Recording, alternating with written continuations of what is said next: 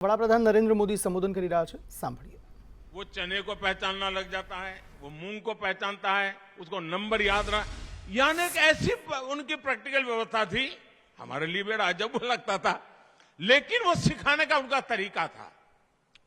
जब हम 1 साल पूरा हो गया, अगले साल गए तो भी वही टीचर थे, तो उन्होंने फिर से वही कहा।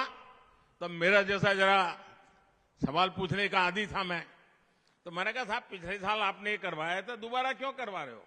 बोले चुप रहे, तुम्हारा काम करो। ठीक है, जो कहा हम लेकर के आ गए। लेकिन दूसरे साल उन्होंने बदल दिया।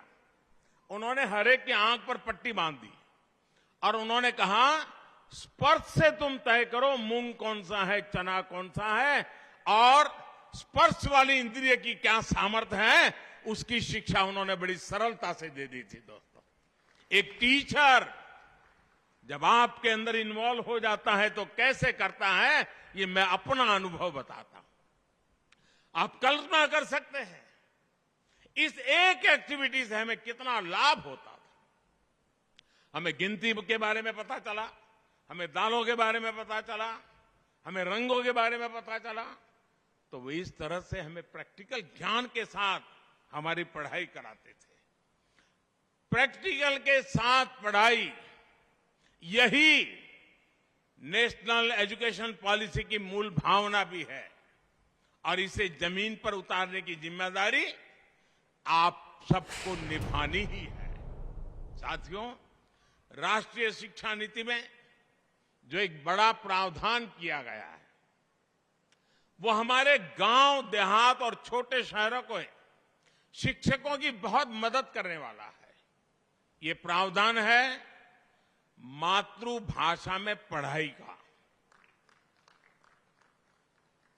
हमारे देश में अंग्रेजों ने 250 साल राज किया, लेकिन फिर भी अंग्रेजी भाषा एक वर्ग तक ही सीमित रही थी।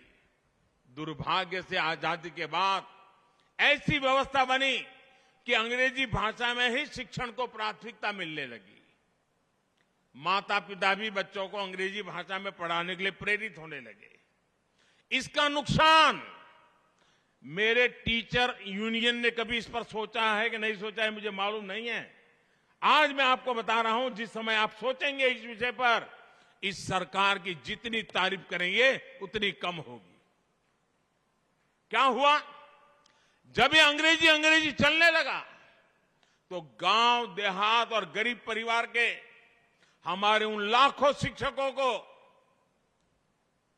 जो कि मातृभाषा में पढ़कर निकल रहे थे, वो कितने ही अच्छे शिक्षक हो, लेकिन उनको अंग्रेजी सीखने का अवसर नहीं मिला था। अब उनके लिए नौकरी का खतरा मंडराने लग गया, क्योंकि अंग्रेजी का माहौल चल गया। आपकी नौकरी और आप जैसे साथियों की भविष्य में भी नौकरी निश्चित करने के लिए हमने मातृभाषा में शिक्षा पर बल दिया है, जो मेरे शिक्षक के जीवन को बचाने वाला है।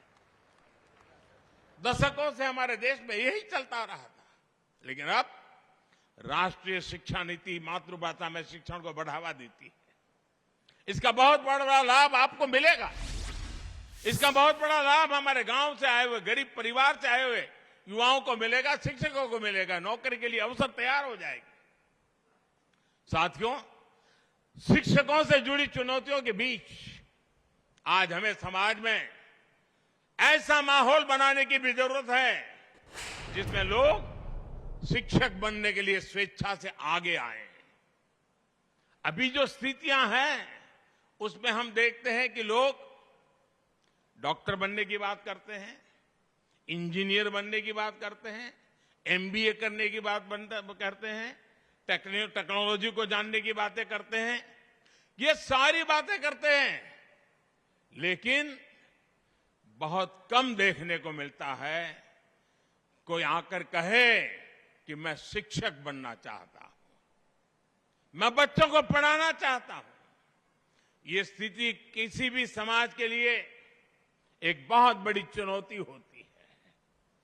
ये सवाल उठना बहुत आवश्यक है कि हम नौकरी के लिए बच्चों को पढ़ा रहे हैं, तनख्वाह भी मिल रही है, लेकिन क्या हम मन से भी शिक्षक है क्या?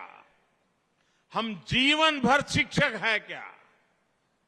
क्या सोते जागते उठते बैठते हमारे मन में ये भावना है कि मुझे देश के आने वाले भविष्य को गढ़ना है, बच्चों को हर रोज कुछ नया सिखाना है?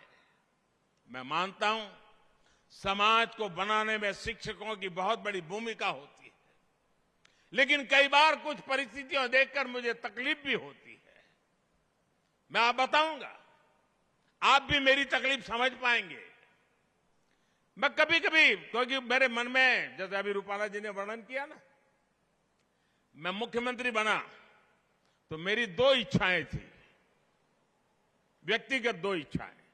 एक, बचपन में जो मेरे साथ स्कूल में पढ़ने वाले मेरे दोस्त थे उनको मैं सीएम के घर बुलाऊं, क्योंकि मैं एक परिव्राजक था, मेरा नाता सबसे टूट चुका था, 3 दशक बीच में बीत गए थे, तो मेरा मन कर गया कि उन पुराने दोस्तों को याद करूं। और दूसरी मेरी इच्छा थी कि मेरे सभी टीचर्स को मैं अपने घर बुलाऊं और उनका सम्मान करूं। और मुझे खुशी है कि उस समय जब मैंने मेरे टीचर्स को बुलाया, एक टीचर की उम्र 93 थी।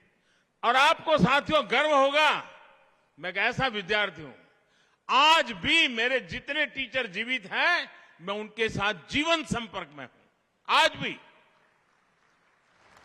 लेकिन आजकल मैं क्या देख रहा हूं, अगर मैं कहीं कोई शादी का निमंत्रण देने आता है या किसी शादी ब्याह में जाता हूं तो मैं उनको पूछता हूं, वो कितना ही बड़ा आदमी होगा, मैं उसको पूछता हूं, अच्छा भाई तुम्हारी शादी हो रही है, तुम्हारी जिंदगी का बड़ा महत्वपूर्ण अवसर है, क्या तुमने अपने किसी टीचर को शादी में निमंत्रण दिया है क्या?